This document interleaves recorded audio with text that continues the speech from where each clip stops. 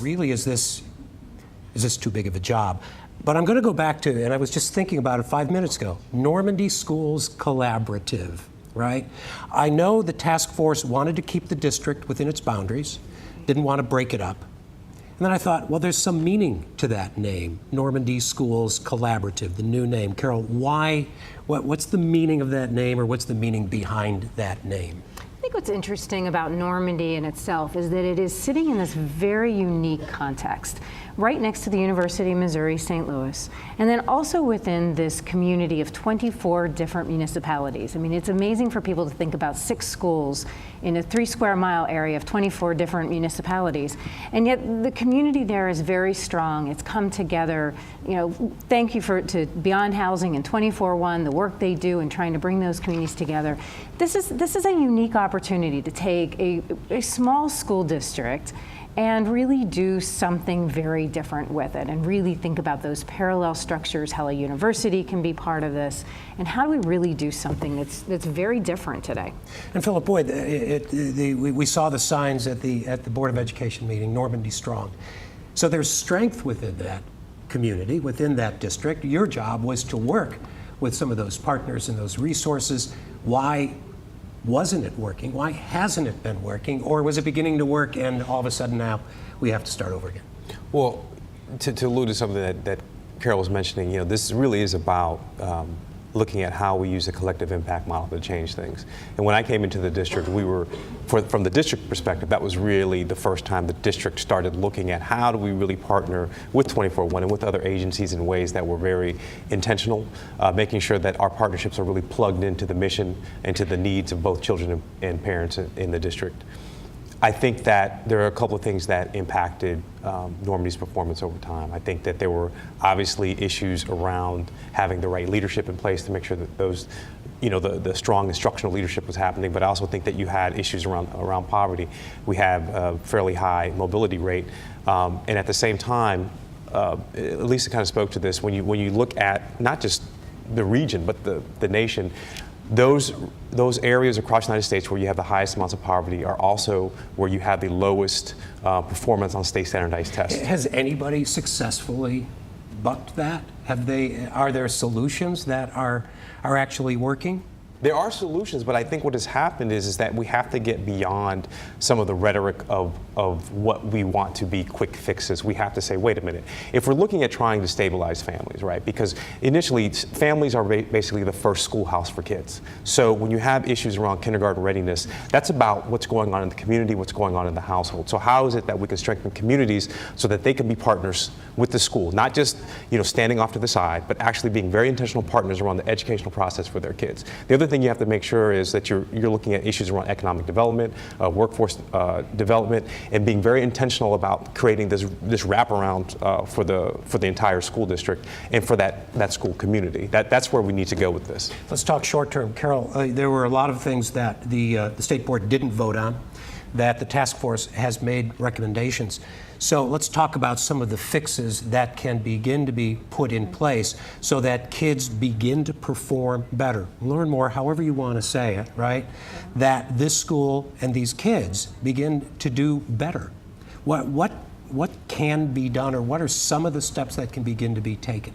I think the main thing that we have in the plan that I think is really important is this parallel structure. I think one of the reasons why some of this doesn't work or doesn't work as well as we'd like it to work, and we know that these could be very high leverage practices, as Philip is talking about, is that we haven't formalized those structures. And we need to start by formalizing those structures. So in the plan, we talk not only about governance, but we also talk about the internal structures to bring the community in, to begin to think about what is these innovation communities, we call them, but these pillars to try to identify what are the 5 things, you know, the 3 to 5 things we think really could turn this around. And we make sure that not only are we doing these in the school, so we're communicating to kids, but we're also communicating the same things to the community. So the school district has talked a lot about learning by doing and thinking about changing that instructional model. Well, how do we send those messages also to the community?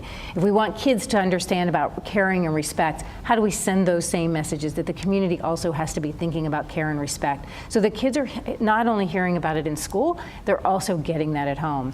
I know that's been a big part of what we do. UMSL is a neighbor. of this school district. Express Scripts is a neighbor of this district. I've seen Express Scripts mentioned as a possible partner. How do you bring in, and again, I know there's a lot of this already going on under 24-1 and some of the other things, but how do you get those institutions or business in a way that they can begin to make a difference? Well, I think part of it is, and I think that we have a great situation here with someone like Ty McNichols. I think he came in with a larger vision for what can happen with the schools, and then making sure that the leadership of the district is able to, again, connect in a very real and intentional way those resources with the needs of the children and the families, but not just needs, but also opportunities. Making sure that if we're looking at partnering with the UMSL, and Dean Basile was very instrumental in creating this model that we're calling UMSL at NHS, about making sure that you have access to advanced credit placement classes and making sure that kids have early exposure to those experiences on a collegiate campus and collegiate professors. The other thing is to also make sure that you have access to not only Express Scripts, but also with Emerson and Boeing, making sure that children and teachers have access to kind of real-world applications of what they're learning, real-world applications of science, of math, and within those institutions, you're also talking about real-world applications of communications and really understanding how do we create, these kind of wonderful pieces of technology that really are affecting our world, so that our children aren't just consumers, but they're creators of technology. Longer school days, longer school year. You see that happening in Normandy? Oh yeah. Year-round school. That's what they're proposing. Yeah. For next year. I think it's a good thing. The other thing is the board president Hirschen said this is not about Normandy. This is a model for what's coming. Mm-hmm. Is this a model for the 2015 when the new accreditation scores come in, possibly for the city of St. Louis, possibly for Kansas City? Or are we talking smaller districts than that? No, I think I think that ultimately that's what we hoped. I mean, we hope that whatever the decisions we make and whatever process we put in here, I mean, this is setting a precedent for what others can do, and we think that even if a large school district looks at this and says, look, if you can do this in a small school district, then can we scale it up? And are there some models here that we can take away and be able to use in these larger school districts? I think anything's possible. Briefly, collective impact. It's something we've heard a lot about with American Graduate. And in making what's going on here, addressing this issue, not Normandy and Riverview and this place and that place, but addressing this as a region, as a metropolitan area together. Where's that going? Are we going to see other cities have done this? Cincinnati has something called Strive, where they're addressing this as a metropolitan area. Do you see that ready to happen in St. Louis? I think we are going to see that. Right now, you have an initiative called Ready by 21. And it's a similar initiative to the collective impact models that we're seeing in Cincinnati, that we've seen in Boston, that we're seeing in Atlanta. And it's a realization by both for-profit and nonprofit social service agencies and local governments that we have to work together. When you talk about really changing things in communities, you have to make sure those supports are there. Again, you have to look at economic development, workforce development, and also making sure that you have meaningful learning experiences for children.